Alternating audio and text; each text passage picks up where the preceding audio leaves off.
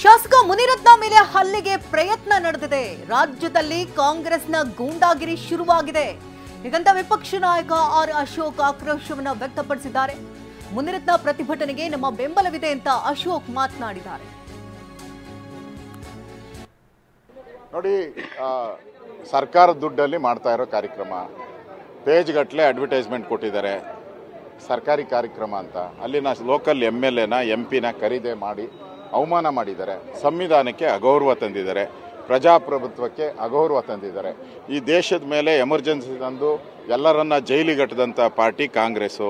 ಇವತ್ತು ಕರ್ನಾಟಕದಲ್ಲೂ ಕೂಡ ಅಲ್ಲಿನ ಇದು ಪ್ರಜಾಪ್ರಭುತ್ವದ ಮೇಲೆ ಮಾಡಿದಂಥ ಹಲ್ಲೆ ಅಂತ ನಾನು ತಿಳ್ಕೊಂಡಿದ್ದೀನಿ. ಈ ರೀತಿ ಶಾಸಕರ ಮೇಲೆ ಹಲ್ಲೆ ಮಾಡುವಂಥ ಪ್ರಯತ್ನ, ಲೋಕಸಭಾ ಸದಸ್ಯರನ್ನು ಅಲ್ಲಿಗೆ ಕರೀದೇ ಇರೋದು, ಇನ್ವಿಟೇಷನ್ ಕೊಡದೇ ಇರೋದು, ಮತ್ತು ಈ ಸರ್ಕಾರದ ದುಡ್ಡು ಖರ್ಚು ಮಾಡ್ಕೊಂಡು ಈ ಪಾದಯಾತ್ರೆ ಮಾಡ್ತಾ ಇದ್ದಲ್ಲ, ಸರ್ಕಾರದ ದುಡ್ಡು ಅಂದರೆ ಎಲ್ಲ ಪ್ರತಿನಿಧಿಗಳು ಇರಬೇಕಲ್ಲಿ. ಇದು ನಿಜಕ್ಕೂ ಇವರ ಗೂಂಡಾಗಿರಿ, ಕಾಂಗ್ರೆಸ್ಸಿನ ಗೂಂಡಾಗಿರಿ ಮತ್ತೆ ಪ್ರಾರಂಭ ಆಗಿದೆ.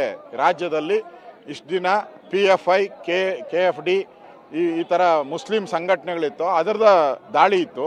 ಈಗ ನೇರವಾಗಿ ಫೀಲ್ಡ್ಗೆ ಕಾಂಗ್ರೆಸ್ ಅವರು ಎಳೆದಿದ್ದಾರೆ, ದಾಳಿಯನ್ನು ಮಾಡ್ತಾ ಇದ್ದಾರೆ. ಇದು ಖಂಡನೀಯ.